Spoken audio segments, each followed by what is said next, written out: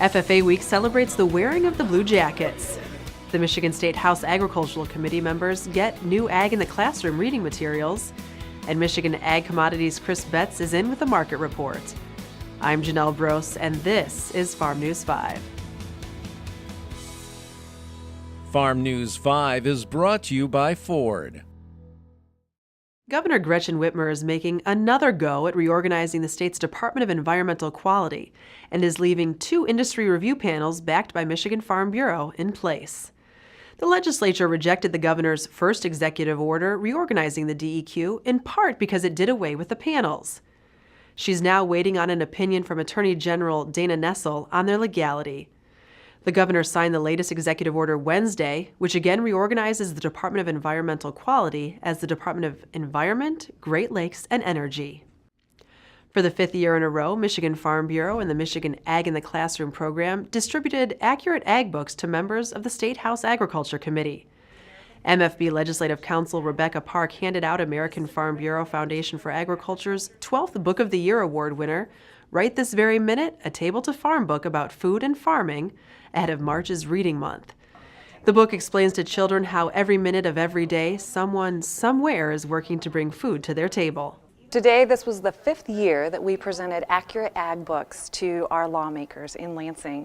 This is a great opportunity to help educate our lawmakers about agriculture and encourage them to go out and educate our students in addition to agriculture and all the different commodities that we grow here in Michigan. We all know the numbers, over 300 commodities, but those are great things to repeat to our lawmakers so that they can go out and help spread agriculture's story. State Representative Julie Alexander of the 64th House District chairs the House Agriculture Committee. She and her husband farm 1,500 acres of wheat, corn, soybeans, and hay in Jackson County. Using my combination, my background as a teacher and as a current farmer, it's important that we tell our story. If farmers aren't out there in the forefront boasting of our successes, sharing our challenges, and sharing with everyone the significant economic impact agriculture plays in Michigan. State Representative Luke Meerman of the 88th House District is a newly elected lawmaker and serves as vice chair of the House Ag Committee. The problem we run into is more and more families and people are just disconnected. Used to be grandfathers and generations in the past were still connected at farms, but that's not necessarily true anymore. So whatever we can do to talk about farming and the importance of it, and really for me it's a heart issue. You know, I'll always be a dairy farmer.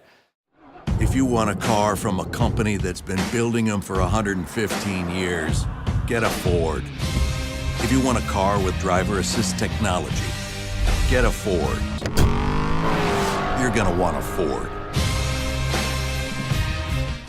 The Michigan Agricultural Preservation Fund Board was established in the year 2000 as part of the PA 116 program with the intent to preserve farmland and open space by purchasing the development rights to parcels of land. In 2005 and 2007, application cycles preserved 11 farms across the state. Since 2007, no cycles occurred because of funding shortfalls for PA 116 operation. In September 2016, the funding shortfalls were resolved, and the board has started meetings to gear up for a new application cycle. The application cycle starts when the legislature approves the budget for us to be able to open the call for applications. So first it has to be pushed through from the legislature before we can do anything. So today's meeting is all about getting the board together, regrouping, and working our way towards having another cycle. So we have about 26 qualified programs currently. We have a couple more that are in the works of being qualified. Once they're qualified, what they can then do is when we have a grant cycle, we request applications to be submitted for certain parcels of land that they want to preserve in their township. When we have funds available, have that cycle open for them. The Ag Board scores that, and then we approve those and then disperse those funds. We have on our website, there's a portion called Agricultural Preservation Fund, and that is the fund in Michigan that is set aside for local grants, and it discusses in there how to become eligible. Planning for 2019 and beyond, Foster Swift's Ag Law team offers comprehensive legal counsel for farmers and businesses.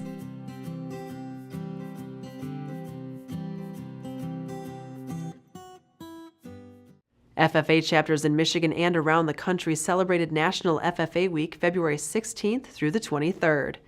The annual event brought together past and present members of FFA to help others in their school and community learn about agriculture.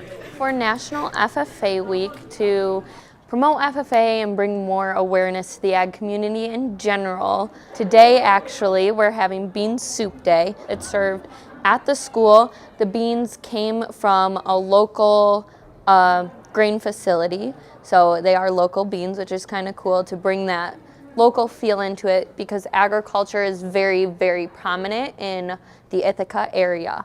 Tomorrow we're doing a service project in honor of FFA Week, so I'm taking some kids up to Schnepp Senior Care Facility in St. Louis, and they're going to play bingo with the residents there. So I've been told the residents are really looking forward to visiting with the kids.